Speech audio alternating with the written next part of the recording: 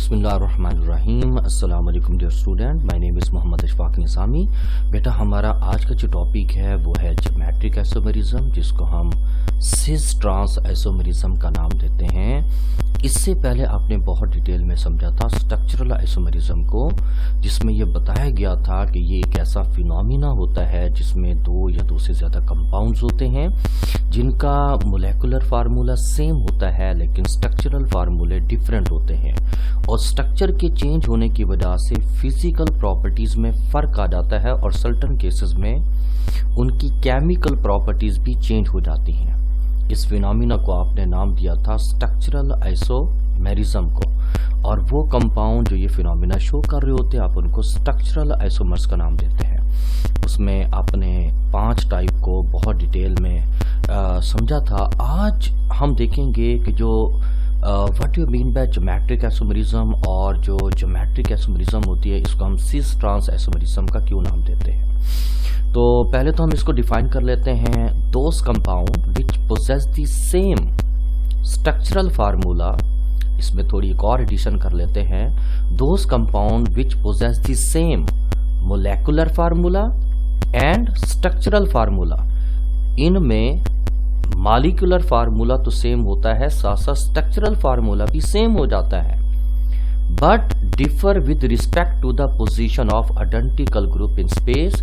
लेकिन उन कंपाउंड में जो आइडेंटिकल ग्रुप होते हैं उनकी पोजीशन में फर्क आ जाता है, और उस फर्क की वजह से जो हमारे पास आइसोमर्स बनते हैं हम उनको सिस ट्रांस आइसोमर्स, और इस फिनोमिना को बेटा हम सिस ट्रांस आइसोमेरिज्म या फिर ज्योमेट्रिक आइसोमेरिज्म का नाम देते हैं। और ये जो ज्योमेट्रिक आइसोमेरिज्म है it can only be exist in unsaturated compound, और अनसैचुरेटेड कंपाउंड में हम डबल बॉन्ड वाले हाइड्रोकार्बन को शामिल करते हैं जो कि अल्कीन होते हैं, और इसमें जो नेसेसरी और सफिशिएंट कंडीशन है वो कंपाउंड जिनके अंदर सिस ट्रांस आइसोमेरिज्म होगी उनके लिए मस्ट है कि उनके दरमियान कार्बन कार्बन के दरमियान डबल बॉन्ड हो, और उस डबली बॉन्डेड कार्बन एटम के साथ जो अटैच ग्रुप हों दे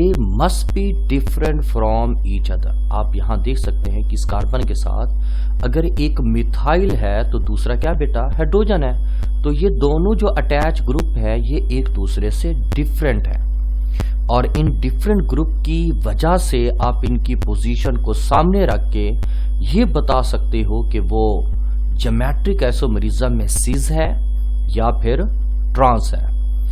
जो एग्जांपल आपको दी जा रही है ये है ब्यूटीन की, और 2 ब्यूटीन में आपको 2 तरह के आइसोमर्स मिलते हैं, और इसमें एक सिस है और एक है बेटा ट्रांस है। कुछ इस तरीके से हम देख रहे होते हैं कि अगर सेम ग्रुप सेम साइड पे हो, जिस तरह मिथाइल ये क्या बेटा सेम साइड पे है, और जो हाइड्रोजन है ये क्या बेटा सेम साइड पे है। अगर आइडेंटिकल ग्रुप सेम साइड पे मौजूद हो तो उस केस में बनने वाले आइसोमर को आप सिस का नाम देंगे, सिस ब्यूटीन। इसका जो दूसरा पॉसिबल क्या बेटा आइसोमर है वो ट्रांस होता है, और ट्रांस के केस में जो सेम ग्रुप होंगे वो सेम साइड पे आने के बजाय एक दूसरे के अपोजिट आ जाते हैं। मिथाइल के सामने मिथाइल और H के सामने बेटा H। जब आइडेंटिकल ग्रुप सेम ग्रुप एक दूसरे के अपोजिट आ जाए तो इस केस में बनने वाले आइसोमर को बेटा ट्रांस का नाम देते हैं। और ये भी याद रखना है कि जब भी आप एक्सपेरिमेंटली 2 ब्यूटीन को तैयार करेंगे या तो वो 2 ब्यूटीन सिस होगा या फिर वो 2 ब्यूटीन बेटा ट्रांस होगा। ऐसा नहीं होगा कि आप सिस को ट्रांस में कन्वर्ट कर लो और ट्रांस को बेटा सिस में कन्वर्ट कर लो। अगर आपको सिस मिलेगा तो आप सिस को ट्रांस में कन्वर्ट नहीं कर सकते, ट्रांस मिलेगा तो आप उसको सिस में कन्वर्ट नहीं कर सकते। और इसकी जो सबसे बड़ी वजह होती है, अब देख रहे हो बेटा कार्बन कार्बन में डबल बॉन्ड है। डबल बॉन्ड में अगर एक सिग्मा बॉन्ड होता है तो एक क्या होता है बेटा पाई बॉन्ड होता है, और जो पाई बॉन्ड है अपने कर्सर पे पूरा ध्यान देना है। आपको पता है जो पाई बॉन्ड होता है वो पार्शियली फिल्ड एटॉमिक ऑर्बिटल की साइड वेज ओवरलैप से बनता है। अगर ये क्या बेटा एटॉमिक ऑर्बिटल है जो परपेंडिकुलर है इस तरीके से, तो ये आपस में क्या करेंगे, साइड वेज ओवरलैप करेंगे, और साइड वेज ओवरलैप के नतीजे में जो पाई बॉन्ड बनेगा वो इन कार्बन एटम को सराउंड करके इसको लॉक कर देगा। यानी ये कार्बन एटम अब फ्री रोटेट नहीं कर पाएंगे। जब कार्बन एटम मूव नहीं करेगा तो इसके साथ जो अटैच ग्रुप होंगे वो अपनी पोजीशन पर फिक्स रहेंगे। यही वजह होती है कि अगर सेम ग्रुप सेम साइड पे होंगे तो आप उसको सिस, और अगर वो अपोजिट साइड पे होंगे तो आप उसको ट्रांस का नाम देंगे। और अगर आप पाई बॉन्ड को तोड़ देते हैं तो सिर्फ सिग्मा बाकी रह जाएगा, सिंगल बॉन्ड रह जाएगा जो कि सिग्मा होता है, और पाई बॉन्ड के टूटने से वो लॉक बेटा ब्रेक हो जाएगा, जिसकी वजह से कार्बन फ्रीली रोटेट करेगा, और इसके रोटेट करने की वजह से ये ग्रुप भी मूव करेंगे, ना तो ये सिस रहेंगे ना बेटा ट्रांस रहेंगे। तो जो ज्योमेट्रिक आइसोमेरिज्म या सिस ट्रांस का जो फिनोमिना है ये सिर्फ और सिर्फ डबल बॉन्ड वाले कार्बन के अंदर होता है, और उन कार्बन के साथ जो अटैच ग्रुप होंगे वो एक दूसरे से डिफरेंट होंगे। अब आगे बहुत आसान इसमें थ्योरी है जो आपने लाजमी देखनी है। एक बहुत ही इंपॉर्टेंट शॉट है कि ये जो 2-ब्यूटीन होता है ये सिस ट्रांस आइसोमेरिज्म शो करता है, लेकिन 1-ब्यूटीन नहीं करता। इसकी वजह आपसे पूछी जा सकती है। हम पीछे ये समझ के आ रहे हैं कि सिस ट्रांस आइसोमेरिज्म के लिए जो नेसेसरी कंडीशन है वो क्या है कि उन कंपाउंड के अंदर बेटा एक तो डबल बॉन्ड होना चाहिए, और फिर उस डबल बॉन्डली कार्बन के साथ जो अटैच ग्रुप हों they must be different from each other, वो एक दूसरे से डिफरेंट होने चाहिए। अगर आप ब्यूटीन में देखते हैं 2-ब्यूटीन में, तो कार्बन कार्बन के दरमियान जो डबल बॉन्ड होता है उसके साथ जो अटैच ग्रुप होते हैं, इस तरह ये मिथाइल है, ये क्या बेटा एच है, ये दोनों एक दूसरे से डिफरेंट है। तो डिफरेंट होने की वजह से ये लाजमी तौर पर सिस ट्रांस आइसोमेरिज्म शो करेंगे। अगर सेम ग्रुप सेम साइड पे आ जाए तो आप इस केस में इसको सिस बोलेंगे, और अगर सेम ग्रुप एक दूसरे के अपोजिट आ जाए तो आप इसको ट्रांस का नाम देंगे। लेकिन 1-ब्यूटीन में ऐसा नहीं होता। ये 1-ब्यूटीन का हमने यूं स्ट्रक्चर रखा, अगर हम इसको यूं ड्रॉ करें तो जहां कार्बन कार्बन डबल बॉन्ड है उसमें एक कार्बन के साथ जो अटैच ग्रुप है वो दोनों के दोनों बेटा सेम है, और सेम ग्रुप होने की वजह से आप कंपैरिजन नहीं कर पाओगे कि वो सिस है या फिर ट्रांस है।